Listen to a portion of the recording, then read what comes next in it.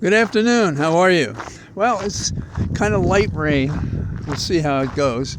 It's been coming and going while I've been out. I wore a heavier coat so that it might be dry. Temperature's 58. It's not terrible. Humidity's 43. No surprise. The wind's 10 miles an hour, and you can feel it a little bit today because you can sort of see from the clouds above me. So all around. Doesn't look like a fair day, does it?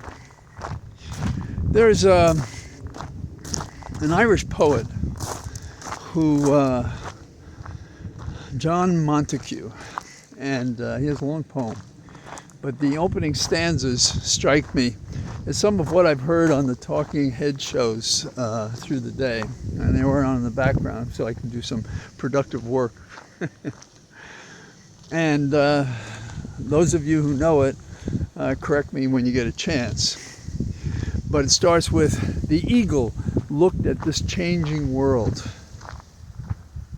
and disappeared into the mountain. We have a lot of people, talking about going to Canada or elsewhere. Where is this place that is safe from the evil in the world? The people who don't care about other people. If you were to try to start with principles that you thought would make sense in a society that involved you dealing with people, you would probably think, if I don't want to be bothered, then I shouldn't bother someone else. If I don't have to accuse someone of something, okay. And if I do, it would be nice to have processes to do it. And if I'm not getting along with someone, I should just go someplace else rather than shooting them and killing them. I don't know. There's basic principles we should have. And after you've discussed, as we have on and off, the nature of our government and therefore the function that comes from it, that is a republic and a democracy by which we are represented in the republic, which becomes a terrible joke when the people that we elect don't use the levers and wheels given us by the founding fathers to protect us from those who would, in some essential platonic existence, think we shouldn't be hurting each other. We should be treating each other equally and so forth. And that's what Jefferson and the others were trying, imperfectly, to establish. But not everybody wants that. There's the snatch and grab group.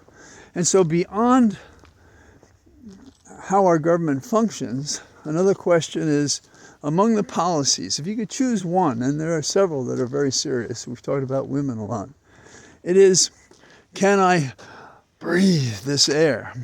Can I go in that stream over there without being infected in some way? Can I drink it without it damaging me? Can the clothes that I wear, when they're cleaned, am I getting some chemical inside of me that could compromise, the length of my life or the pleasure of it as I go day by day through life? And when we have a politician do something, we just have to know at a certain age that they will break your heart. They will lie or exaggerate. They will pontificate about something they did that they didn't exactly do. They will put themselves in a position in which they are not beyond reproach, so what they have to say about others has less credibility.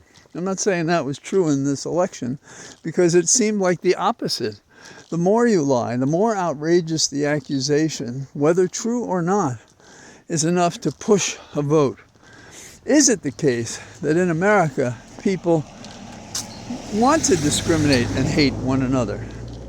The Cain and Abel question. I'm not buying into that it happened historically, but as an allegory, it's a perfect story of modern man and woman. That we love to kill each other, we love to hurt each other, we want to take. It's never enough what we get.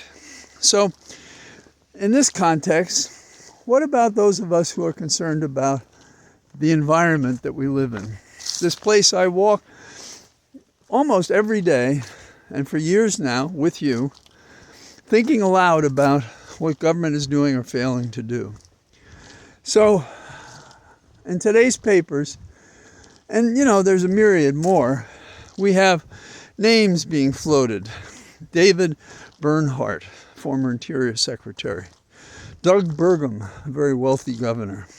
Andrew Wheeler, who may head the EPA. And if they do, what are they going to do? Now, I have known people who ran for office hoping they could then eliminate the office because they thought it was wrong. Years ago, there was a very colorful friend I had who was the head of the Liberal Party. And he ran for the city council, and his argument was, our city council is not even a rubber stamp, because a rubber stamp leaves an impression. But you see, the problem is we have a lot of people who know how to leave an impression. They grab that crystal bowl and they smash it to the earth, and then they cheer and dance around with happiness as the little pieces catch the light in the room or the evening. And as darkness comes, they're satisfied with themselves. That's what they want to do to our environment. But you say, why would they just do it randomly? Well, they don't do it randomly. What they do is they take from us the safety in the environment, always risky, and they turn it into profits that they will not forego. So they have us underwrite with our bodies, with our life, our own health, our own ability to survive. Why does a kid get cancer at 5 or 8? Where does that come from? Could it be all the fossil fuel products in our society that in microscopic ways work their way into us? And in some people, the replication of DNA goes awry, and then they're ill. First with maybe a little tumor, then a large tumor, or their brain has something wrong, and they die, and we're all miserable. And people pray that God will help us understand this. But plainly, God is not a personal God, if there is one, and I don't believe there is. Because if he were, we wouldn't have this problem. This would be the garden of happiness and truth and living and getting along. But that's not the world. The world is not that. So what are these eco-criminals going to do?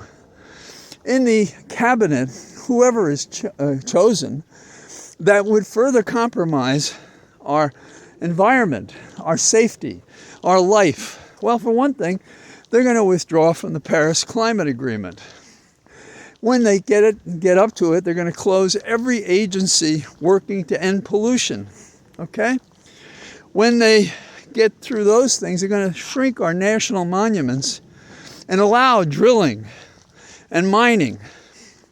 Now, Biden sought to have clean energy commitments, especially in those areas that were suffering. That's not what that's not what they're interested in. That costs money. We can't have that. And so the NRDC and the ACLU will be doing double time. And, fighting for your own life, your child's life, your grandchild's life is going to be part of our ongoing problem. And the environment is a world problem. There is no way you can run and hide and get away with it. The hand of man has captured the environment and compromised it in ways with unintended consequences and intended consequences that may devour us whole. That will certainly, if we continue to do what we're doing, if it's not too late, if we haven't passed the pivot point, if you will, the tipping point, and if we continue to do nothing but gab, then these people named to this administration, not just here, but all around the world, they are the future eaters. They are eating our future.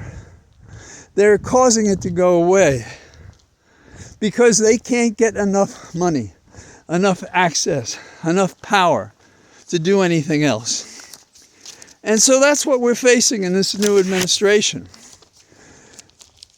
There's a friend of mine who years ago I think I was still a prosecutor at the time, was appointed an inspector general. And he went to, I think, the Labor Department. And he had all sorts of proposals to change. And we would have luncheons together, sort of like our free psychoanalysts, because we were probably the only two that would trust each other to tell the truth. I don't know. And he said, I see them, John. They look at me, and they just know they're going to outlast me. I'm not going to get to change these things. That's what these guys are. But consider, worldwide, everywhere, people cut trees. The lungs of the world are being cut. South America is a great example of it. They're the lungs of the world. We are killing our oceans. That means the fish. That also means another organ, if you will, if you can think of the oceans, Atlantic and Pacific, as breathing oxygen into the air. And if they die, that's gone too. We fools lean on fossil fuel. And so our government is slow. Our corporations are slow to look to sun, to wind, to geothermal, to conserving energy. And why are they slow?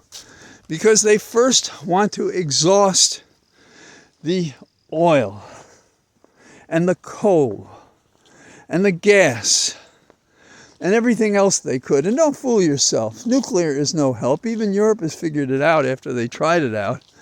And it never goes away. You always have the problem of radiation. And when it goes wrong big. And maintenance and protection that it not go wrong is a very expensive proposition. So what are we going to do? Well, don't fly like the eagle into the mountains. Stay tuned. There is no place to escape to. There is a way in our mind, in our body, and our senses to go forward.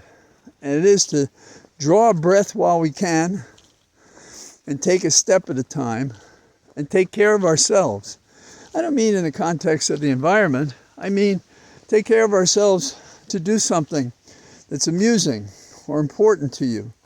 Spend time with a child. Teach somebody something. Clean up your neighborhood. Do the kinds of small things that make you healthy in a spiritual and physical way so that you can fight this other fight that's important. I suppose one of the most dramatic examples of insanity that I hear right now, this is after the DOJ is running and hiding in the bathrooms, thinking how they can avoid prosecuting Trump so that they don't punish our not so special counsel anymore.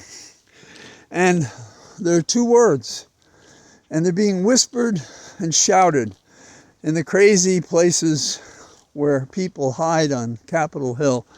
And the two words are, pardon me, pardon me, pardon me. That's what they want. Who? Trump? Nobody can pardon him. They want Biden to pardon him. Why? Because the law appears to say that he can't pardon himself. And he can't pardon himself without admitting to his crime. And the crime has been charged. He's been convicted in at least one case, and he should be punished. No questions. Some old decision by the Attorney General's office to protect the ever-growing hindquarters of whomever was president or in a position to be charged back when. They think that should stop a prosecution of a president, a man we can't trust who would take us down a path that would compromise us. The law is different than an election. The election didn't have one issue. That is, you want to trust this hateful hate monger? Do you want to trust him and pardon him and have him run the government? Well, okay, so people voted and they think generally they want him. But, you know, the hacked Supreme Court notwithstanding, that's not the end of it. So, and if the president won't sign the ethics provisions for the transition? Well, then you fill in the words that might fit there and say, okay, so then no transition. Go to hell, figure it out after you get sworn in. Go to court. Isn't fighting what we're supposed to be about? You know, they talk about the Lewis Clark expedition. You know, the investigations we've made, the things people before us have accomplished, going to the moon. And have we done anything like that since? And if we can't show courage to somebody who, well, is just a bully, who obviously threatens and coerces someone. And, you know, this is the story you hear people citing the experiences of the Germans. You know, I didn't help when they came for others, and finally they came for me, and there was no one to help me. That's where we are. Don't kid yourself. That's exactly where we are. So, this was more spirited than I expected. And so I say, have a good evening. And I'm saying goodbye from my cathedral of trees, which I'm going to follow my own advice and enjoy because it's not raining. So I'll talk to you tomorrow. Bye-bye.